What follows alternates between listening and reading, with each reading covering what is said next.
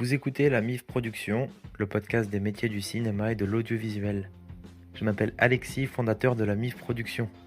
J'ai décidé de quitter le marché de Rungis pour entreprendre dans la production audiovisuelle alors que je n'y connais rien dans ce domaine. Chaque semaine, je discute avec une personnalité du monde de l'audiovisuel pour parler de son parcours et de son rapport à son métier. Mon but avec ce podcast est d'informer, d'inspirer et de motiver des réalisateurs et producteurs, mais aussi de faire connaître les métiers de l'audiovisuel, leur importance, leur motivation. En créant ce podcast, j'espère aussi faire des rencontres, poser toutes mes questions et vous raconter mes aventures en tant qu'entrepreneur. Rejoignez-moi sur Instagram pour plus d'informations, @lamifproduction au pluriel.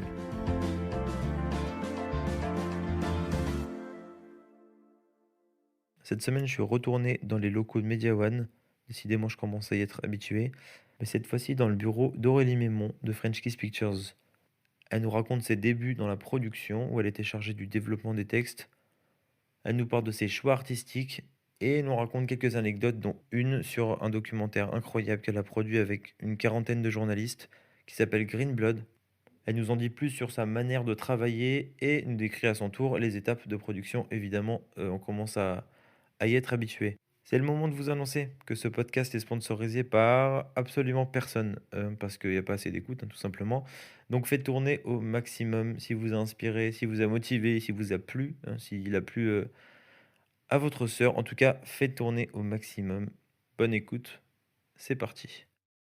Et voilà. Bonjour D'accord. Aurélie, Bonjour Alexis, merci de m'accueillir ici. Déjà, comment ça va? ça va très bien. On est vendredi, 17h. Bientôt le week-end ou il n'y a pas de week-end pour les producteurs?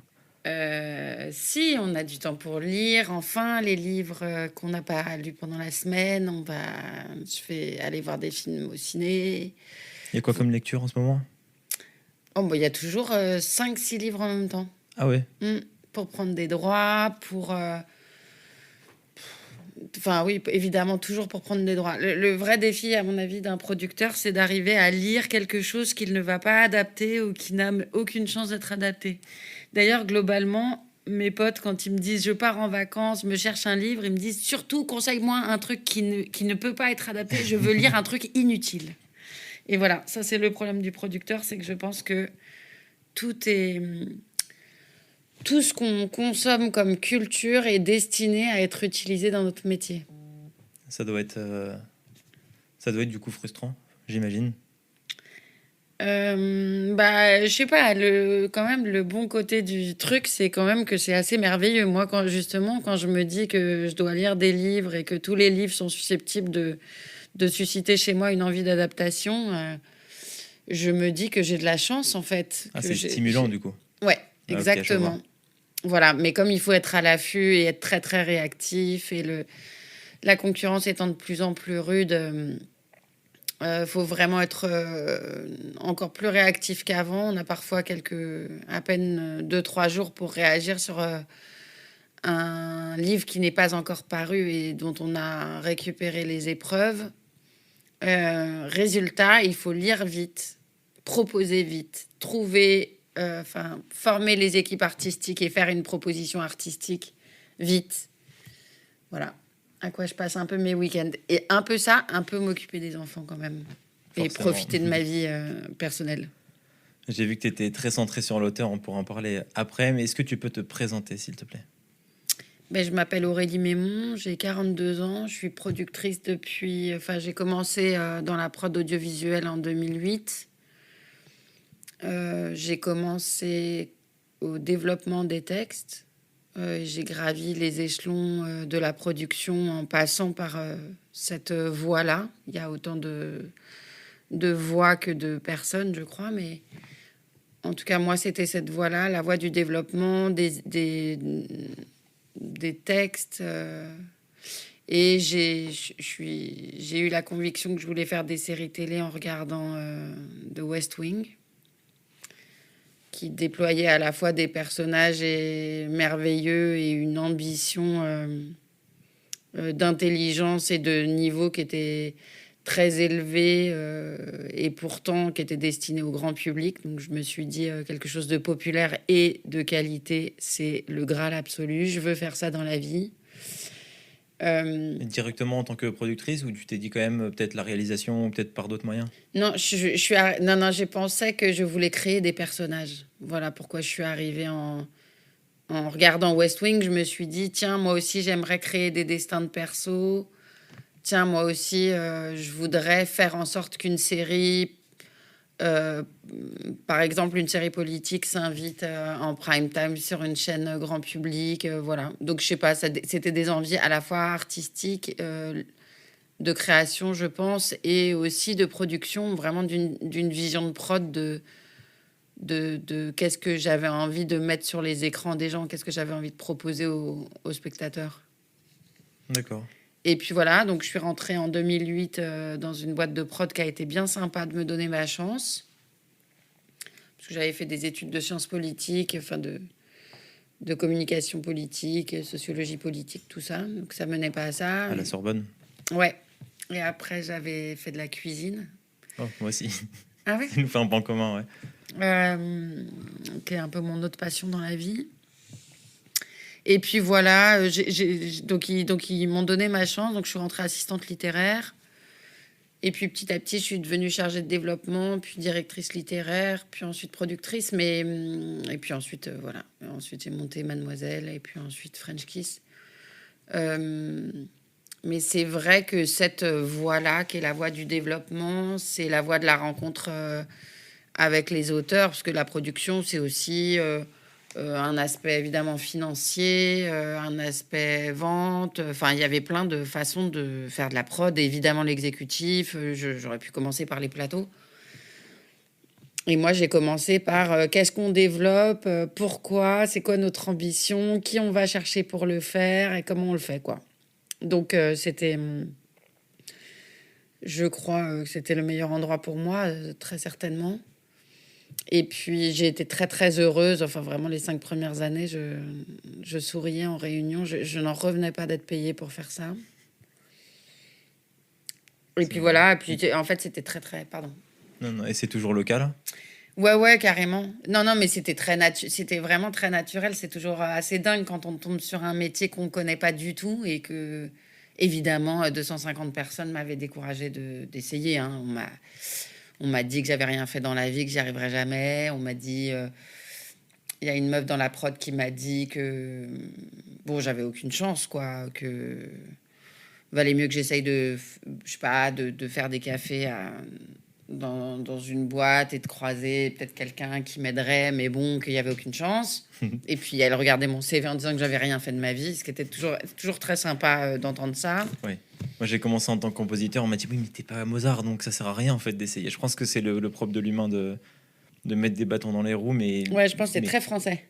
Ah oui? Ouais. Je pense que c'est très français. Ouais. Parce que je pense que c'est pas du tout la même culture aux États-Unis ou ailleurs. Enfin, et puis il y a un truc de dureté en France qu'il n'y a pas. Il n'y a pas autant, à mon avis, ailleurs, non. Et surtout, moi, depuis ce moment-là, je me fais un plaisir de recevoir les gens qui me sollicitent et de leur dire qu'ils peuvent y arriver s'ils travaillent, en fait. Parce que vraiment, je trouve ça tellement scandaleux d'avoir osé me dire un truc comme ça. C'est très, très dommage d'essayer de décourager des gens qui ont envie, mais bon. Tu penses que c'est contre-productif? Ça peut pas forger justement Non, pas du tout, ça sert à rien. Il y en a une c'était hyper misogyne. Il y en a une qui m'a dit qu'il fallait que j'aille faire des cafés à France 2. Il y avait Delarue à ce moment-là encore. Il me dit avec un peu de chance, tu taperas dans l'œil de Delarue et il te filera peut-être un boulot. Ok. Voilà, on Ouais, me ce genre promettait de un très commentaire. bel avenir de café à Jean-Luc Delarue. Donc je suis contente d'être sortie en me disant mais non, c'est elle qui se trompe. Voilà, sachant que producteur, il n'y a pas de... Il n'y a pas, y a pas de voie pour le devenir. Il y a que faire et il y a 12 000... Enfin, il y a autant de producteurs que de personnalités de gens, en fait. Et tu es... C'est exactement comme être parent. Tu es producteur à ta manière et il n'y a pas de mauvaise ou de bonne façon. Il y a les façons qui marchent où tu arrives à faire ta place et il y a celles qui ne marchent pas, quoi. C'est tout.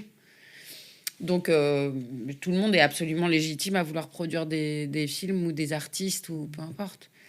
Et moi, c'est vrai que c'était très cool d'arriver par enfin, par l'aspect créatif, littéraire, stratégique, parce que je pense que c'était vraiment ça ma personnalité.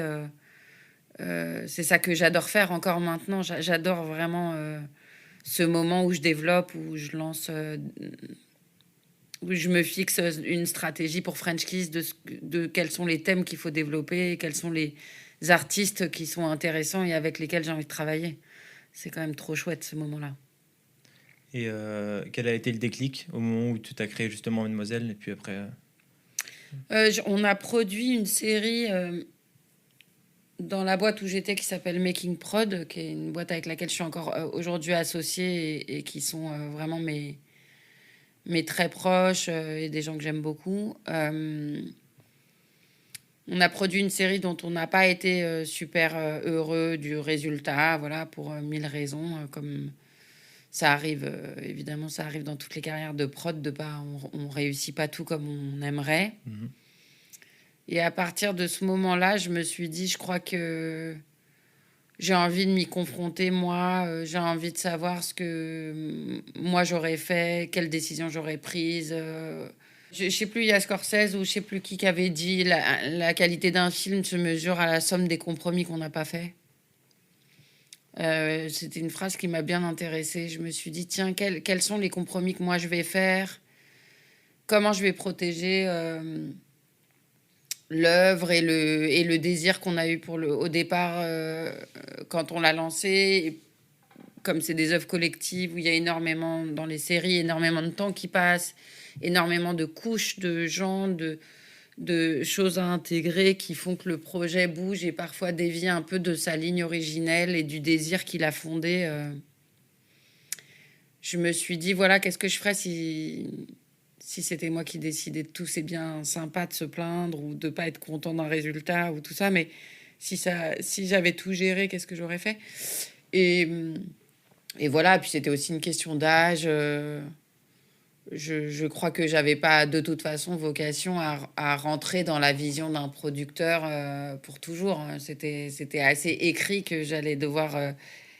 De toute façon, honnêtement, j'ai été très très vite... j'ai eu cette chance inouïe de, à peine j'ai commencé, j'avais le droit d'avoir un avis et j'étais vachement écoutée et j'étais déjà dans le cœur du réacteur qui était le choix des projets qu'on allait développer très très vite.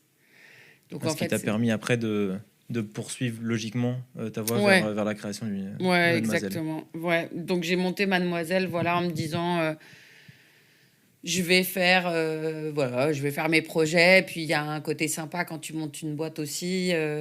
Tes projets, les projets que tu produis, et les artistes que tu décides de produire, c'est un engagement de ta part. Donc et puis c'est extrêmement intime, hein, le choix des projets qu'on fait. Donc ça dit beaucoup de toi. Donc, et moi j'étais contente d'avoir ma maison, voilà, avec ma marque et développer. Et j'avais très envie de développer peut-être des trucs aussi. Je sais pas, moi je suis passionnée par l'artisanat français. J'avais envie de faire une série sur la haute couture, sur le luxe, sur des trucs comme ça où je trouvais que les Français étaient légitimes et où on le faisait pas. Et ça les intéressait moins, les gars. Enfin voilà, c'est vrai que quand j'ai été dans Mademoiselle, j'ai eu le loisir de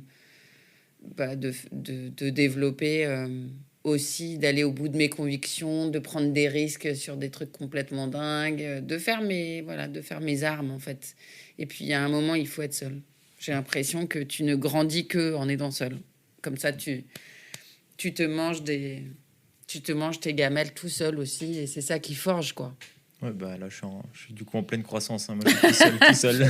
Bah voilà, C'est pas mal. tu vas voir, tu vas grandir très vite. Ouais, bah ouais, ouais. Déjà en quelques mois, là, c'est assez exponentiel. Ouais. Et du coup, en 2018, je crois, tu as rejoint, ou je sais pas, en fait, je sais pas trop, j'ai pas réussi à trouver les données exactes sur le changement Mademoiselle C'est parce qu'on floute à tout. French Kiss. C'est la Ah, maîtrise de la com. ah, ok. Non, pas du tout. En fait, donc j'avais Mademoiselle, je l'ai montée en 2012. Et en 2015, j'ai commencé à travailler avec un producteur qui s'appelle Nour Sadar. Ouais, j'ai compris qui c'était du coup en faisant des recherches sur toi et ça m'a un peu passionné. Il a une vision que je partage complètement, du coup, parle-nous un peu de cette rencontre. En fait, moi, j'avais Mademoiselle. Nour, il a rejoint avec sa société, il a rejoint le groupe Makeover dans lequel on était. Mhm. On est complètement différents, Nour et moi, puisque lui, il venait du plateau et moi, je venais des textes. Et donc, lui, il a une vision hyper pratique de la prod et moi, plus artistique, on va dire. Et donc, on s'est très bien entendu. Bon, ça, voilà, on aime beaucoup manger tous les deux. Donc, je sais pas, on avait des super points communs. Non, mais on avait des trucs de personnalité vraiment où on avait du plaisir à être ensemble. Et on s'est dit, pourquoi pas allier nos forces. Et on a fait ça 5 ans ensemble. D'abord sous des bannières séparées. Donc, c'était des copros, Mademoiselle et sa boîte à lui. Et puis ensuite, on a monté French Kiss ensemble. Pour avoir une marque commune. Mhm. Voilà, donc ça date. Nous, vraiment, on a travaillé ensemble pendant 5 ans. Ok. Et puis, avant le tournage de Caïd, qui est la série que j'ai produite pour Netflix, on a décidé, au sortir de la 2e saison de Maroni qu'on a produite pour Arte, on a pris la décision tous les deux moi, que je reste dans French Kiss et que lui, il monte une autre société, qu'on reprenne un peu nos chemins indépendants chacun, euh, pour, euh, pour des raisons de tempo et de conciliation d'envie. En fait, c'est pas très facile. C'est moins facile de coproduire ou d'être deux à piloter un navire que seul. Bon, donc moi, j'ai un Il faut que côté la très vision reste la artisanal. même, toujours. Ça doit être assez compliqué de garder la même vision. Ouais, comme Ouais. disait, je sais plus quel auteur, je crois que c'est Benoît de Groux qui disait ça au sujet du couple. Quand deux ne font qu'un, ok, mais lequel? Ah, c'est pas mal. Et c'était un peu ça. Enfin, du coup, il était obligé de m'attendre, je pense, parce que moi, je prenais du temps. Les développements, j'ai un côté hyper artisanal. J'aime pas les projets déjà trucs. J'aime bien faire les choses chez moi, qu'on que les choses aient lieu chez French Kiss, tout ça. Donc, Nour, qui aime plus l'action, qui est vraiment avide d'action, je pense qu'il était assez frustré. Bon, on va pas rentrer dans le détail, mais globalement, c'est très compliqué de faire des prods qui aient un rythme où l'un des deux n'est pas frustré. Et d'ailleurs, globalement, les gens qui produisent, qui sont plusieurs dans une boîte, ils produisent chacun leur truc. Ok, ouais, je Nous, on savais pas ça. produisait à deux. Donc, voilà, il y a un moment, c'était assez évident pour nous deux que ce serait plus simple, chacun dans sa boîte, et qu'il vaut mieux... voilà, il vaut mieux être très heureux dans ce métier. C'est un métier hyper exigeant en termes de rythme, en termes de sacrifice sur notre vie privée, etc. Il faut le faire avec plein de bonheur. Et si on était plus sûr d'assurer le bonheur de l'autre, on a trouvé tous les deux que c'était mieux. Voilà, qu'on récupère chacun ce qu'on... Voilà, les envies qui avaient fondé notre envie de faire de la prod à la base, quoi. Ok.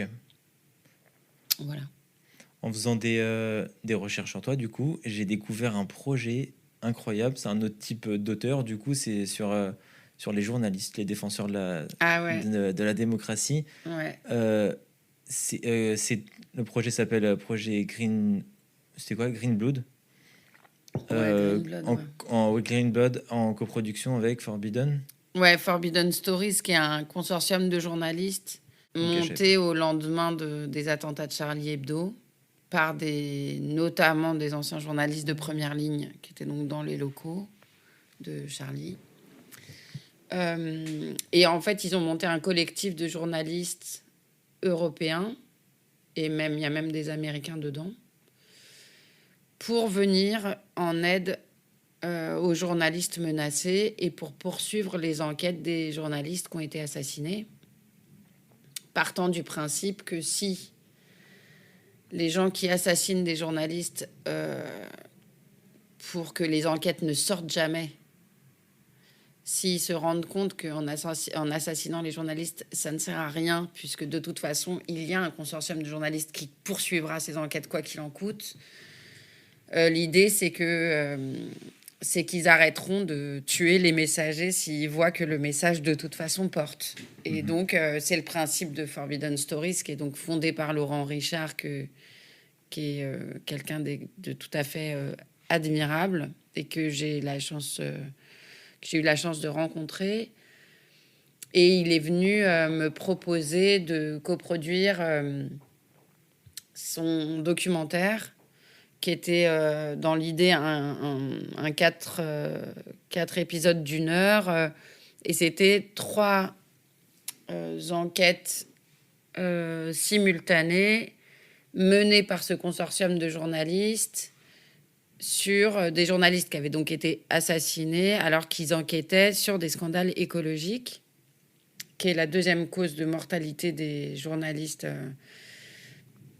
après les zones de conflit.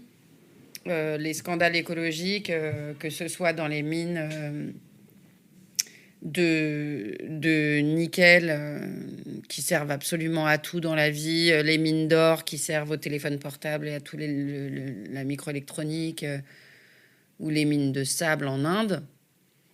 Il y a de la corruption hyper forte, puisqu'il y a des scandales écologiques qui sont maquillés par de la corruption pour faire taire les journalistes ou des assassinats.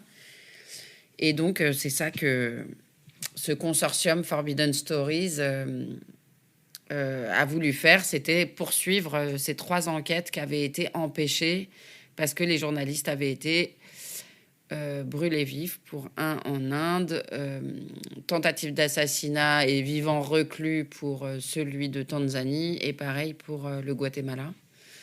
Donc voilà, donc ils sont venus me proposer ce projet qui était de suivre ces groupes de journalistes qui partaient poursuivre les enquêtes dans ces 3 pays dans le monde. Et ils sont venus me demander de voir ce que moi je pouvais apporter en connaissant la structure des récits de séries. Comment je pouvais contribuer à les aider à raconter cette histoire en plusieurs épisodes, sachant qu'eux, ils sont plutôt habitués en tant que journalistes à faire des épisodes uniques. Et donc, on a travaillé avec les réalisateurs, les auteurs. C'était vraiment un boulot merveilleux, passionnant. Ça a duré combien de temps ? Entre l'écriture et le tournage et le montage et la musique et la toute la post-prod, ça a duré, je pense, entre octobre et janvier, 1 an et 3 mois, quelque chose comme ça. Ok. Et il y a eu des moments délicats, difficiles pour l'équipe où tout s'est bien passé, j'espère, en tout cas. Non, évidemment, c'est des gens extrêmement courageux. Enfin, moi, je suis super admirative et j'ai apporté un concours vraiment très petit et à ma hauteur, à un endroit où vraiment ils s'autosuffisent totalement. C'est vraiment des stars, quoi, de journalisme d'investigation. C'est des mecs courageux, hyper bosseurs, voilà, qui font ça pour la liberté de la presse et au nom d'idées, de la défense d'idées qui sont tellement nécessaires et qui ont vraiment besoin d'être protégés aujourd'hui. Et en fait, eux, oui, bien sûr, il y a eu des sursauts. Les enquêtes dans Green Blood, les 3 enquêtes, il y a 2 journalistes qui ont été exfiltrés à la dernière minute parce qu'ils allaient être arrêtés, parce qu'on les prenait pour des espions. Partout, ils sont menacés. Ils sont allés poursuivre des enquêtes de journalistes qui ont été assassinés parce qu'ils enquêtaient. Donc, oui, forcément. Forcément, ils n'arrivent pas, mais voilà, ils sont très courageux et en plus très humbles et ils diront jamais ça. Mais ils prennent des risques, ils risquent leur vie pour que les messages sortent et que la vérité soit dite. Donc, je ne sais pas ce qu'on peut définir comme héroïque, mais je trouve qu'on y est pas mal là. C'est vrai que là, en termes de prise de risque, Ouais. Moi, à côté, vraiment, c'était vraiment un petit supplément en leur disant, je vais essayer de faire en sorte de vous aider à raconter cette histoire parce que vous avez plusieurs épisodes et qu'il y a peut-être des instruments utiles dans le récit sériel que moi je connais et que je peux vous apporter. Parce que le but, c'est vraiment que ce genre de sujet qui est compliqué aussi, qui est exigeant, qui s'explique pas en 15 minutes, qui a besoin d'être déployé et qui est hyper... C'est un récit qui est très dense, ces 3 enquêtes. Si on peut faire en sorte que certains outils de narration rendent tout ce contenu très dense plus digeste pour le plus grand nombre, ça réalise cette fameuse ambition qui m'a fait venir aux séries télé. d'ailleurs, j'ai vu, j'ai pas pu regarder encore ce documentaire. J'aimerais bien. Je sais pas trop comment. Bref, Il je- doit être sur Amazon. Maintenant, il a été vendu à Amazon dans le monde entier, mais sur les droits France, il est possible que ce soit encore France Télé. j'ai vu que c'était fait façon fiction. Je trouve ça très intelligent quand même pour un documentaire de le faire façon fiction parce que je trouve que les messages passent mieux, j'imagine en tout cas. Pourquoi ce choix et comment, je sais pas si tu es d'accord avec cette analyse. Ouais, bah, alors vraiment là où ça a emprunté des outils de récit qui sont normalement ceux de la fiction, euh, c'est parce que de fait, comme il y avait 4 épisodes, 3 enquêtes, il fallait que les 4 épisodes se suivent et mélangent les 3 lignes narratives des 3 enquêtes. Et normalement, les journalistes, ils fonctionnent pas comme ça. Ils font une enquête, un sujet. Tu dois faire plusieurs épisodes. L'ambition, c'est que les gens restent entre les épisodes. Donc, il faut utiliser Enfin, c'était l'idée de Laurent, mais il a eu trop raison, il me semble. C'était comment on peut faire pour utiliser votre capacité à susciter l'émotion en fiction, à créer des rebondissements, à structurer la narration de telle sorte que les gens ils soient addicts et ils restent. Et ils voient tout. Et donc, c'est pour ça que je suis arrivée là-dedans. C'est pour essayer de jouer avec ce matériau qui est de la vérité. Là où moi, quand on joue en scénario, on peut mettre tel perso, décider que tel personnage va faire telle action ou il va mourir maintenant parce qu'il nous faut un rebondissement. Bon, ça, ce n'est pas du tout le cas. C'est pas du tout ce qu'on peut faire avec de la vraie vie et des vrais gens. Euh, mais il y a effectivement plein de choses qu'on fait normalement en fiction qui ne sont pas faites en journalisme, même en enquête d'investigation et qui a été faite là. Et puis la musique le musicien Clément Terry qui a composé la musique, c'est un musicien de fiction qui vient D'accord, de... habitué à Ouais, cet exercice. avec qui moi j'ai fait des séries que j'adore. Voilà. Donc il est venu composer pour cette série d'enquêtes. Et puis on avait réfléchi sur la question des protagonistes des histoires, ce qu'ils allaient vivre. On avait analysé les conflits et les lignes dramatiques de chaque personnage réel, mais personnage quand même.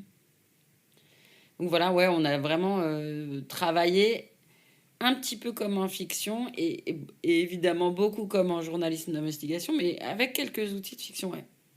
Ok, donc un beau projet pour un beau et triste sujet, mais et vaste surtout. Ouais, mais merveilleux, avec des super résultats aussi, parce que Green Blood, ça a mené à la fermeture de l'usine de nickel, parce que depuis, ils ont fait les Pandora Papers, parce que c'est des héros, vraiment, Laurent Richard et son équipe de Forbidden Story, c'est eux les héros modernes. Donc, moi, d'avoir croisé leur route et d'avoir pu, à un moment, faire en sorte que nos outils à nous, qui sont là voilà, créer de l'addiction, avoir de plus en plus de spectateurs, que tout à coup ce soit au service d'une idée si noble. Merci d'avoir donné du sens à mon métier. J'étais trop fière. Et ça t'a donné des idées pour plus tard? Peut-être tu vas peut-être pas nous les dire là, mais en tout cas ça t'a Des idées inspiré. avec Laurent, ça c'est certain. On a Ah, juste très envie de recommencer. On avait On a bien envie. Moi, j'ai vraiment très envie de faire du documentaire et des séries documentaires. Et Laurent aussi. Et Laurent a envie de faire de la fiction. Enfin bon, Ok, vous croisez voilà. On se les croise tous les désirs. deux dans nos envies et donc on va trouver plein de choses à faire ensemble. Trop cool. Ouais. Je change de sujet pour te poser une question sur la production en général. Est-ce que tu peux décrire, c'est un vaste sujet, hein, décrire les étapes de la production? Je sais que tu es du coup centré sur l'auteur. Comment se passe, comment est créée une œuvre du début jusqu'à sa diffusion? Quelles sont toutes ces étapes? Ok. Alors déjà, bon, alors, il y a plusieurs, évidemment, il y a 1000 façons de le faire. Donc, Surtout si c'est au cinéma, télé. ouais, on va parler déjà, que de ouais. télé, hein. Moi, je Ouais, connais ouais. rien au cinéma, donc je sais pas du tout comment ça se passe. On va même parler de séries télé si tu veux, Ouais, qui te concerne un peu plus. ouais, que de toute façon, que série. Soit tu as une idée, toi. Enfin, moi, voilà comment je fais. Mais encore une fois, il y a autant de producteurs et donc de méthodes que de gens. Tu peux avoir le diffuseur qui te dit tiens, j'ai besoin d'un polar pour cette case-là parce que telle série s'arrête. Tu peux avoir. Ça c'est d'où l'intérêt du réseau, de voir souvent les diffuseurs, de savoir ce qui se passe, de connaître exactement ce qui se joue dans le métier. C'est-à-dire, tiens, il y a telle série qui s'arrête. Ça veut dire qu'il va y avoir un créneau de dispo. Tiens, je pourrais proposer machin. Bon. Moi, je fais pas trop ça. Ah. Parce que moi, je vais pas sur ces chaînes qui ont des cases. Les chaînes qui ont des cases, c'est les chaînes qui ont des séries de rendez-vous, qui sont à la 15e saison, à la 5e saison, qui ont des marques. Moi, je travaille avec Arte, qui n'a pas vraiment de marque ou de système de cases et qui favorise beaucoup les nouvelles créations. Je travaille avec les plateformes qui n'ont pas du tout d'enjeu de cases. Enfin, je veux dire, ils n'ont pas de problème du jeudi soir à machin, c'est non linéaire. Donc, moi, j'ai pas trop ce truc-là. En gros, comment ça naît chez moi, ça vient d'une idée, qu'elle soit née d'une discussion avec un auteur, d'un auteur qui m'en parle, d'un livre que je vois passer, d'un magazine que j'ai lu, d'une idée que j'ai eue, d'un truc que j'ai entendu, peu importe. Il y a une idée qui vient et une sorte de... Bon, de toute façon, chez un producteur, quand il a une idée, il a l'impression qu'il faut que... Enfin, je veux dire, c'est pas qu'il en a envie, c'est que le monde en a besoin. Il y a tout de suite cette conviction-là. Sinon, si t'as pas cet orgueil-là de penser que ce qu'il faut... Enfin, ce que tu veux, c'est ce qu'il faut, je pense que c'est très dur de produire. Donc, une fois que cette idée est arrivée sur le tapis, bah, soit c'est un auteur qui me l'a soumise ou une discussion qu'on a eue avec un auteur, on a eu une idée ensemble, on la lance. Soit c'est moi qui l'ai eu ou moi qui ai une envie d'un truc et je vais devoir trouver un auteur pour le faire, qui est un vaste sujet. Après, donc, si tu dois chercher un auteur, bah, tu vas appeler, soit tu vas penser à un auteur particulièrement, soit tu vas appeler les agents les agents de scénaristes pour les briefer sur ta recherche. Et puis, tu vas rencontrer un auteur qui va plus ou moins fitter avec ce que tu lui dis, t'envoyer, je sais pas, te donner son avis, progresser. Est-ce que c'est la bonne rencontre ou pas? Tu t'envoies plusieurs jusqu'au moment où c'est la bonne rencontre. Tu travailles parfois avec les mêmes auteurs, j'imagine? Ouais, évidemment. Ouais. Pas parce que j'aime pas les nouveaux auteurs, hein. Je lis aussi tout ce qu'on m'envoie. Enfin, j'essaye de lire tout ce qu'on m'envoie, mais la création artistique a beaucoup à faire avec la confiance et le lien de confiance entre les gens. C'est très intime ce qu'on se raconte quand on développe. Et donc, on a intérêt à se connaître et surtout à se faire confiance. Et puis, une série, un développement de série, quand je signe un projet, on est parti pour, si ça se fait, on est parti pour au moins 4 ans de travail ensemble. Petit mariage quand même. Ça fait beaucoup. Ouais. Donc tu signes évidemment. Il faut de la confiance. Donc moi j'adore la fidélité. J'adore ces liens de confiance. Donc je suis assez fidèle. Et puis par ailleurs, moi je développe plutôt des artistes que des œuvres. Donc j'ai une idée de fidélité particulières, puisque c'est ça qui m'intéresse, de voir des œuvres, des artistes progresser, leurs œuvres petit à petit s'affiner et accompagner ça. Donc voilà, et après, on développe un document qui nous paraît, et c'est à chaque fois, chaque projet a un document différent, chaque chaîne a besoin d'un document différent selon la personnalité, leur niveau de peur, leur rapport à, à ce dont ils ont besoin. On développe un document, je sais pas, entre 5 et 30 pages qui présente l'idée qu'on a eue, bref, c'est l'idée sur laquelle je suis allée en tant que productrice. Et puis, si une chaîne y va, elle nous signe un contrat. Et puis moi, je paye 50% et la chaîne va payer 50% de cette écriture. Donc, elle nous signe un contrat d'écriture.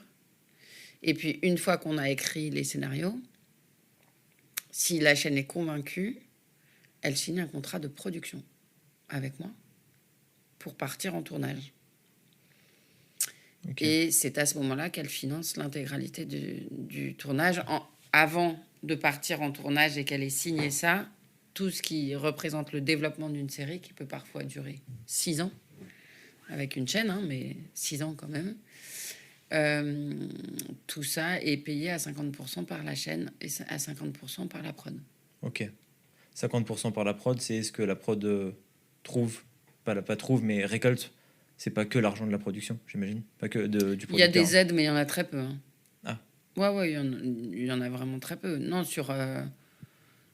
clairement, cette phase-là, où tu développes et une chaîne est avec toi, c'est une phase qui coûte de l'argent à la production. C'est sa prise de risque. Et après, c'est normal. C'est un métier de prise de risque. Et à quel moment la production, du coup, est remboursée ? Au moment du tournage. Ok.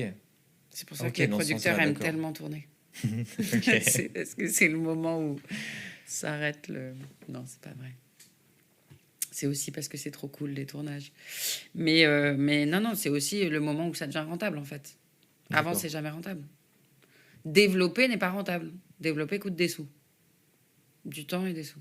Il doit y avoir plein de projets développés, mais pas... Ça dépend des gens. Il y a plusieurs profils. Il y a des profils où ils signent plein d'options pas très chères. En se disant, il y en a une qui va marcher dans plein d'options. Et moi, j'ai très peu de développement. Et ils sont assez... Je les paye assez cher. Mais parce que j'y crois beaucoup et que je les lâche jamais. Mais c'est des trucs de profil et de personnalité. C'est aussi, moi, c'est vrai que comme je suis à la naissance des idées, ou en tout cas, c'est vraiment ce qui m'importe le plus, c'est le choix de ce que je développe et ce que ça raconte et tout ça. Évidemment, ce serait fou que j'en sois détachée. Oui. De fait. Tu les portes dans ton cœur un peu différemment que... Voilà, je les porte très longtemps. Donc, parfois, 10 ans plus tard, je me dis, putain, ce projet, on ne l'a pas vendu, il faudrait le vendre maintenant. D'ailleurs, j'ai pitché ce matin à mon distributeur, je lui disais, il me parlait d'une thématique, des trucs sur le marché international. Je lui disais, j'ai développé ça en 2009. Et j'étais super saoulée de me dire qu'en 2009, j'avais un super projet. Il faudrait que je ressorte maintenant, quoi. Le principe d'arriver au bon moment, au bon endroit, c'est la magie de la production. C'est comme ça. Des choses se font, des choses se font pas. Mais d'ailleurs, avec les distributeurs, quand tu dis avec les chaînes, c'est avec les distributeurs ou directement avec les chaînes ? Parce que là, du coup, tu parles de distributeurs. Ouais, distributeur en fiction, c'est pas comme en cinéma. En fiction, tu as un diffuseur qui est ton principal financeur, qui est la chaîne de télé qui va l'accueillir et le diffuser. Mais tu as aussi tout un enjeu de vente internationale et de vente des secondes, des troisièmes et quatrièmes fenêtres de diffusion. Et tout ça est géré par un distributeur que souvent le producteur choisit. Parfois, c'est celui qui est affilié à la chaîne, mais c'est pas obligatoire. Okay. Et donc, c'est avec eux que je discute des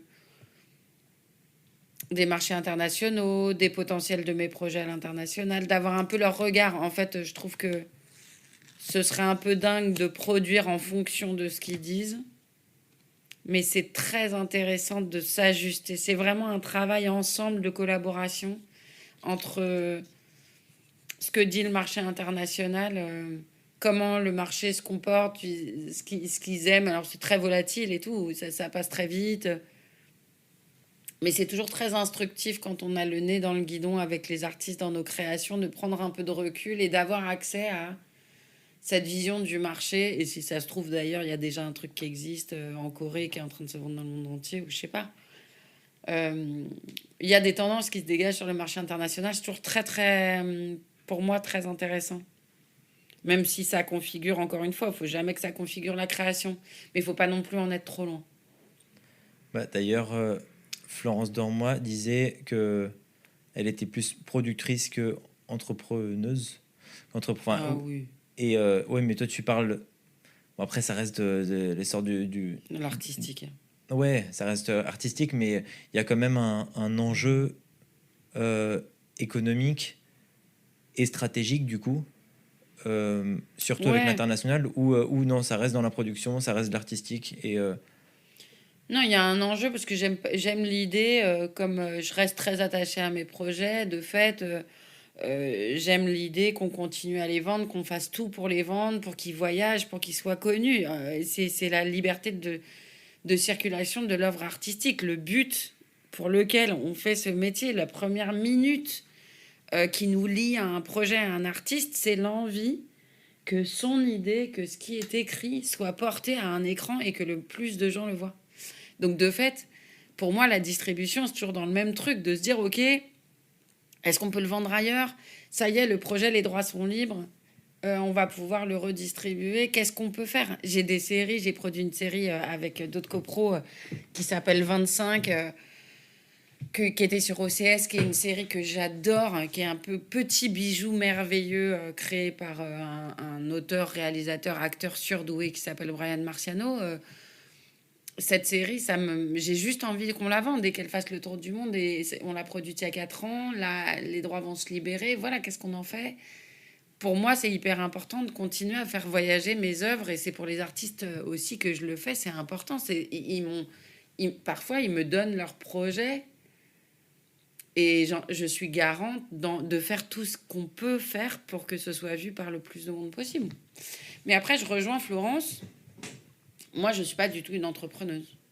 Pas du tout. Le modèle économique m'importe peu pour peu que mon modèle survive. ouais. Je ne suis pas à la recherche d'un nouveau modèle économique. Je ne suis pas à la recherche de la rentabilité à tout prix. C'est-à-dire que la priorité, c'est vraiment de faire un métier qui a du sens. Essayer de porter le message le plus loin possible. Voilà. C'est vraiment d'abord la mise en avant d'artistes, d'univers originaux, de voix d'auteurs qu'on n'entend pas, de représentation de la diversité au sens large, diversité sociale, diversité de représentation et de vision du monde. Donc c'est d'abord une vocation un peu, c'est pas politique, mais un peu quand même, un peu engagée autour de défense de ces valeurs-là. Qui fait que je fais une œuvre, que je produis une œuvre. Et évidemment, la condition sine qua non, c'est que j'en vive, parce que ça, c'est la base. C'est évidemment, si t'es pas rentable, voilà. Bien sûr. Mais c'est pas une fin en soi. Sinon, je n'aurais pas produit ce que je produis. Vraiment, très clairement, c'est pas des choix de thunes. On peut se le dire. Donc on peut dire que, en tout cas, dans ton cas, c'est un métier de passionné, le métier de la production. Enfin, je crois que tous les producteurs sont passionnés. C'est un métier hyper dur. Donc c'est un métier hyper dur parce que tu es sur le qui-vive tout le temps, parce que tu as peur de louper la bonne idée, parce que il faut réagir hyper vite, ce que je te disais tout à l'heure, parce qu'il y a une concurrence énorme, parce qu'il faut avoir la foi, parce qu'il n'y a personne qui te la donnera. Donc tout ça, évidemment, ne se fait pas sans désir et sans passion, mais aucun producteur. Il n'y a aucun producteur qui te dira « Ouais, moi je fais ça comme ça, tranquillou. » Pour me faire de l'argent. Même pour... Enfin, en plus, c'est vraiment pas un métier facile. Même, il n'y a plus un endroit où c'est facile. Donc, il y a peut-être eu un moment. Mais... Et par ailleurs, la production, c'est quand même... c'est les talents de... Tous les talents posent leurs conditions et leurs cadres et imposent leurs conditions et leurs cadres. Et le producteur fait avec. Et le producteur, son but, c'est de le faire. Donc, il a le talent qui lui dit oui, ça, mais pas ça, d'accord. La chaîne qui dit oui, mais ça, mais ça. Et bon, et le producteur, à la fin, ses conditions, il s'assoit dessus. Parce qu'en fait, sinon, on va pas y arriver. Et donc, c'est beaucoup d'absence. Enfin, je veux dire, beaucoup de temps pris sur ta vie perso. Donc, évidemment, c'est un travail de passionné hein, pour tout le monde. Et comment se passe, comment tu délègues, qui fait, qui s'occupe de la comptabilité? Je pense que c'est vraiment une personne différente. Qui s'occupe de monter les dossiers? Qui s'occupe Alors, de lire les mails? en télé, on monte pas de dossier. Enfin, Ok. en télé, on monte pas de dossier de subvention. C'est pas tout à fait comme en cinéma. En cinéma, il y a un artiste qui bosse sur son scénario, et puis de l'autre côté, tu as énormément de dossiers pour essayer d'aller chercher les financements, etc. Nous, c'est pas ça.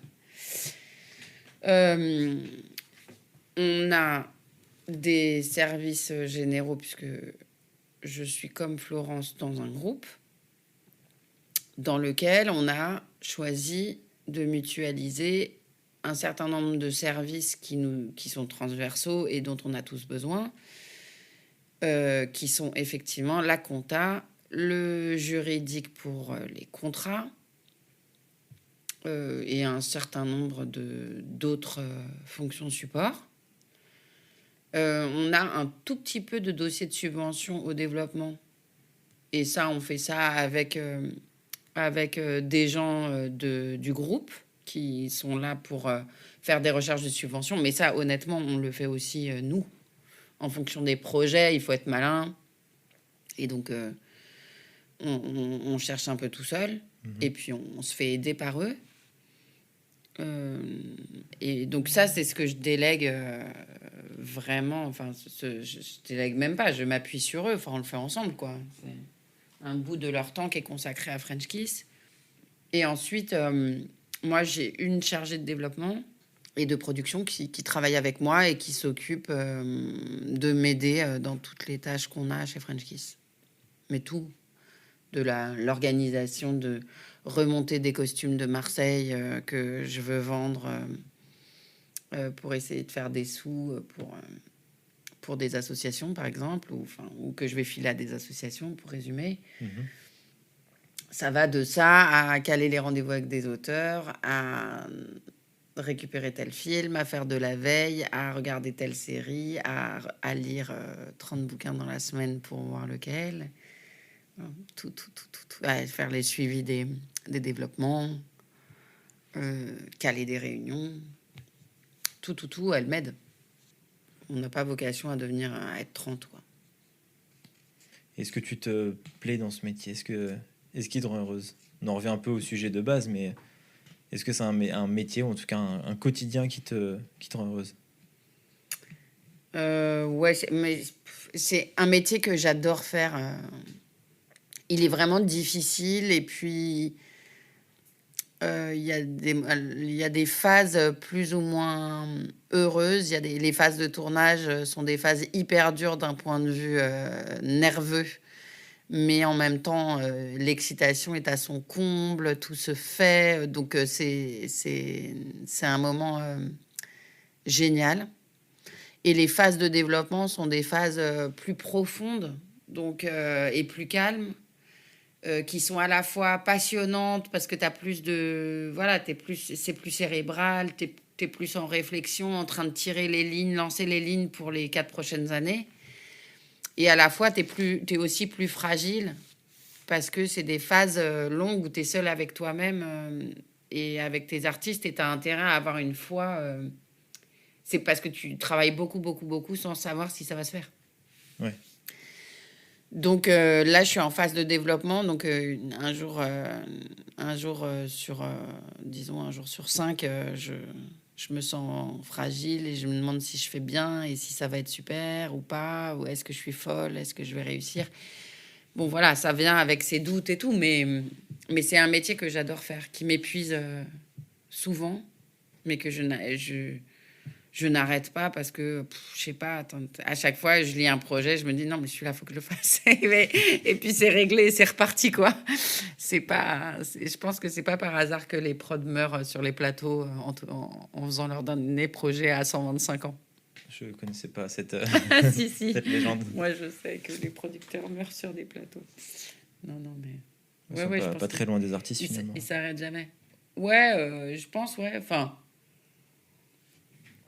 c'est une passion qui est assez proche. Mhm. C'est pas la même nécessité, je pense, mais c'est autant d'excitation, en tout cas. C'est sûr que les profils de prod sont aussi excités que les artistes. Est-ce qu'il y a eu des coups durs? Est-ce qu'un producteur a des coups durs? Est-ce qu'une productrice comme toi en a? Bah ouais, bien sûr. Bah, j'ai eu des séries qui sont sur le point d'être tournées. Enfin, j'ai eu une série qui était sur le point d'être tournée et qui a été annulée et qui ne s'est jamais faite. J'ai eu une engueulade avec une artiste que j'ai pas revue. Enfin, et voilà, j'ai des projets que j'ai pas réussi à vendre, qui se sont pas. Alors, je désespère pas de les vendre, hein, parce qu'encore une fois, moi, j'oublie aucun projet, mais Qui existent ou qui sont au stade de l'écriture? qui sont non, qui existent au sens non, qui sont au stade de l'écriture, parce qu'un projet en télé, il n'existe jamais. Tu le tournes jamais en autoprod, hein, ça sert à rien. Oui, oui, oui. Ouais. C'est très cher, la fiction, c'est très cher. Donc voilà, des projets qui se sont pas faits, des espoirs un peu déçus, puis là où c'est compliqué, c'est qu'un jour tout s'ouvre et on te dit tiens, peut-être que il est possible que Sofia Coppola s'intéresse à ton projet parce qu'elle en a parlé à Trucmuche. Là, tu te dis genre non, c'est énorme et tout, tu montes tout en haut du plafond, voilà. Et puis le lendemain, c'est ouais, mais en fait, elle fera autre chose. Elle va d'abord faire son film, après elle a un autre truc. Donc en fait, je crois que ça va pas être possible. Puis tu retombes. Et donc c'est ce yo-yo émotionnel qui est hyper dur. Une chaîne qui te dit j'adore ton projet, je vais te le prendre, et qui après te dit ouais, en fait, c'est plus compliqué que ça, parce que depuis, j'en ai parlé, mais tu vois, le problème, c'est que ce sujet, non, non, non, et puis tout à coup, finalement, non, il te le prend pas. Boum, la réalité.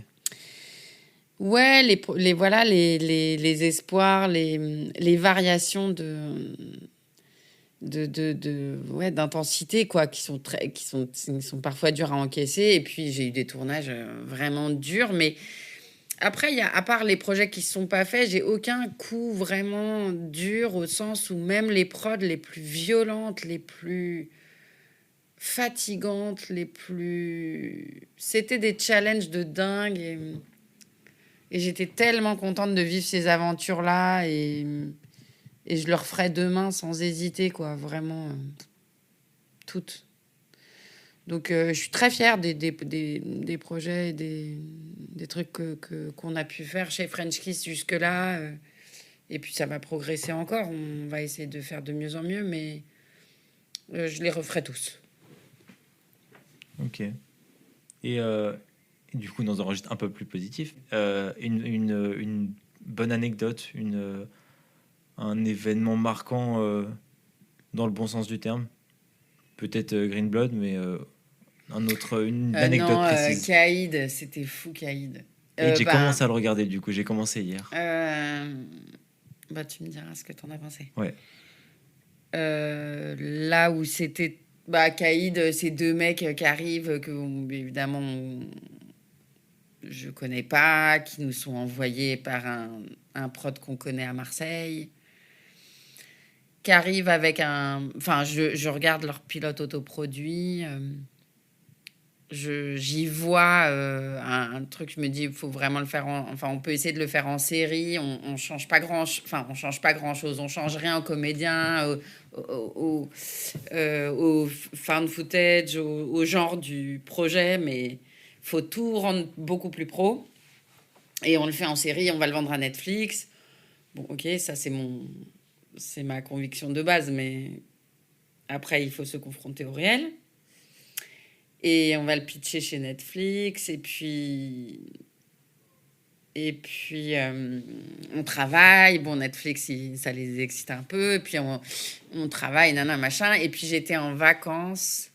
C'était le 30 juillet. J'étais en vacances en Sicile. Et je reçois un appel de Netflix qui me dit on y va. Et je me rappelle avoir appelé les mecs qui donc n'avaient jamais écrit, réalisé un projet professionnel de leur vie, qui n'imaginaient pas du tout, parce que c'est des mecs de cité du Sud et tout. Ils avaient pas tellement confiance en eux, ils avaient pas, et pourtant ils avaient gagné un prix dans un festival génial avec leur truc autoproduit. Mais bon, bref, ils en reviennent pas. Netflix à ce moment-là, c'est vraiment massif. C'est le seul diffuseur. Il y a à peine Amazon. À ce moment-là, il y a vraiment. Donc pour eux, c'est énorme. Ils ont Et dû gueuler. Hein. Et je les appelle en leur disant on va la produire. Et en plus, à ce moment-là, Netflix, quand ils te signaient direct pour aller en production. Il n'y avait pas d'enjeu de les convaincre au scénario. Bon, moi, c'est jamais trop mon angoisse, mais quand même, quand tu signes avec une chaîne, tes artistes, tu leur dis pas on va le tourner. Tu dis voilà, bon, pour l'instant, C'est positif. c'est positif, Ouais, c'est une je première étape et tout. Là, non, je leur dis les gars, dans un an pile, on est sur Netflix Monde. Ils étaient fous, quoi. C'était dingue. C'était dingue ce moment. Ils y croyaient pas du tout. Pas du tout, du tout. Et Non, ça maintenant, c'était vraiment... ils préparent d'autres projets. Ils sont. Ouais, j'en prépare, j'en ai plein moi avec... Enfin, j'en ai plein. J'en ai quelques-uns avec un des deux réals avec qui on a tissé une collaboration vraiment très... et une relation vraiment géniale. Et on co-développe des trucs, on co-écrit tous les deux. Moi, j'écris à côté aussi. Et voilà, j'espère qu'on va... Normalement, on devrait avoir un truc qui va se faire bientôt, là. Donc, on est content. Ok, ok. Très, très lourd. L'anecdote, très, très belle. Ouais, Ça donne le sourire. ouais, carrément. Je vais voir s'il y a des questions que j'ai pas posées. Ah oui, petite question. Bon, je la poserai. Si je la pose maintenant. J'ai vu que il y avait 5 000 euros de capital sur. Et ça, c'est une question plus technique Ah, et qui m'intéresse beaucoup. J'ai vu qu'il y avait 5 000 euros de capital et j'ai vu sur le CNC et d'autres. Enfin bref, d'autres sources qu'il fallait avoir pour bénéficier d'aide, etc., pour produire. Je crois que c'est pour avoir la carte de producteur pour des courts-métrages. Il faut avoir 7 500 de capital et 45 000 pour des longs-métrages. Est-ce que tu connais cette règle? J'ai jamais compris. non, je connais pas parce qu'encore une fois, moi, je fais que des séries et que de la fiction, enfin, que de la télé. Donc, je connais pas la législation sur le court-métrage et le long. Et après, nous, je pense qu'au CNC, de toute façon, en étant regroupés dans un groupe, on est des entités administratives. Ok. Mais je sais pas si on est considéré comme... moi, je suis pas considérée comme French Kiss toute seule. Je pense que ils analysent Media One parce que toutes les boîtes, elles appartiennent de plus en plus à des groupes. Maintenant, il y a très peu d'indépendants. Donc, donc je connais pas ce truc de... De toute façon, French Kiss, c'est pas... comment dire, c'est vraiment purement administratif et comptable d'avoir mis 5 000 euros de capital. Ok. Ok, d'accord. Bon, Elle est née de la fusion d'une boîte qui avait déjà beaucoup plus au capital. Enfin, tu vois, Oui, oui. c'est vraiment juste technique. D'accord. Une dernière ou avant-dernière question. Bon, je vais les regrouper toutes les deux. Comment apprendre la production et quels conseils donnerais-tu à quelqu'un comme moi qui veut se lancer dans la production? Moi, je pense qu'il faut apprendre avec des gens. Parce que je pense que c'est des métiers de compagnonnage et qu'on oublie qu'il faut apprendre avec des gens. Il faut voir des gens produire. C'est tellement plus simple d'apprendre auprès des gens. Et donc, je pense qu'il ne faut pas être très exigeant au début. Il faut rentrer, bosser gratos. Enfin, moi, c'était un peu ma méthode, quoi. C'est au début, tu demandes rien et quand tu es bon... quand tu as fait ta place et quand toi-même, tu sais que tu es capable de le faire, ce métier, là, tu peux revendiquer des trucs. Mais avant... et il faut faire... En fait, il faut produire... il faut produire... produire, ça veut dire quoi à part être la locomotive des gens qui n'ont pas confiance en eux. C'est ça la prod. La prod, c'est d'y croire plus que tout le monde. Et que ton désir, tu arrives à le vendre et à le communiquer à d'autres gens. Donc en fait, si tu as des potes qui sont artistes, et souvent les artistes ils doutent d'eux, tout artiste a besoin d'un producteur, a besoin de quelqu'un qui... On demande d'un porte-parole, un peu. Voilà, de quelqu'un qui croit à mort à son talent, de quelqu'un qui va faire de cet artiste sa cause à lui. Donc moi j'ai l'impression que pour devenir producteur, il faut rencontrer les producteurs et essayer de trouver un boulot même vraiment mal payé, très pas payé, tout ça, mais pour faire et apprendre aux côtés de quelqu'un qui est un modèle pour toi. Donc il faut que tu choisisses le style de producteur auquel tu veux ressembler et dont tu te sens proche, et c'est auprès de ceux-là qu'il faut apprendre, à mon avis. Et puis produire... Enfin, en fait, en vrai, les producteurs de rap, ils ont produit leurs potes en bas de leur tour. Hein. C'est comme ça qu'ils sont devenus producteurs. Ouais, j'ai écouté un podcast sur, je retrouverai plus le nom, mais qui disait, on a commencé, comme tu dis, on a commencé avec des potes. Moi, j'ai enregistré un tel. Ensuite, on a monté un label et je représentais juste mes potes. Et à la fin, on a fini par avoir telle star. Et c'était incroyable, mais c'était juste nous. Et j'étais une extension du groupe. Bah du coup, ouais, oui. tu vois le doc d'Orelsan, c'est exactement ça. Mais tous les gens que je connais dans le rap, c'est exactement ça. Et vraiment, et il faut produire autour de soi dès qu'on peut, quoi. C'est un métier qui demande du charme et de la capacité de convaincre les autres, puisque tu dois lever du blé, puisque la prod, ça coûte cher. Et donc, tu dois lever des sous. Comment tu vas trouver cet argent? C'est sur le producteur que ça repose. Donc, il faut qu'il soit sympa et qu'il sache communiquer son désir à ceux qui ont des sous. Et on va se laisser sur cette, Bon courage. cette note d'argent. Je sais pas comment terminer. Non, mais en tout cas, merci infiniment. Ça fait 1 heure. Merci. Je pensais pas qu'on allait faire 1 heure. Merci beaucoup. J'ai passé un très bon moment. Moi aussi. Merci Alexis. Merci d'avoir écouté cet épisode jusqu'au bout. Vous pouvez me retrouver sur Insta @lamifproduction au pluriel si vous avez des questions, des suggestions ou si vous voulez intervenir dans mon podcast.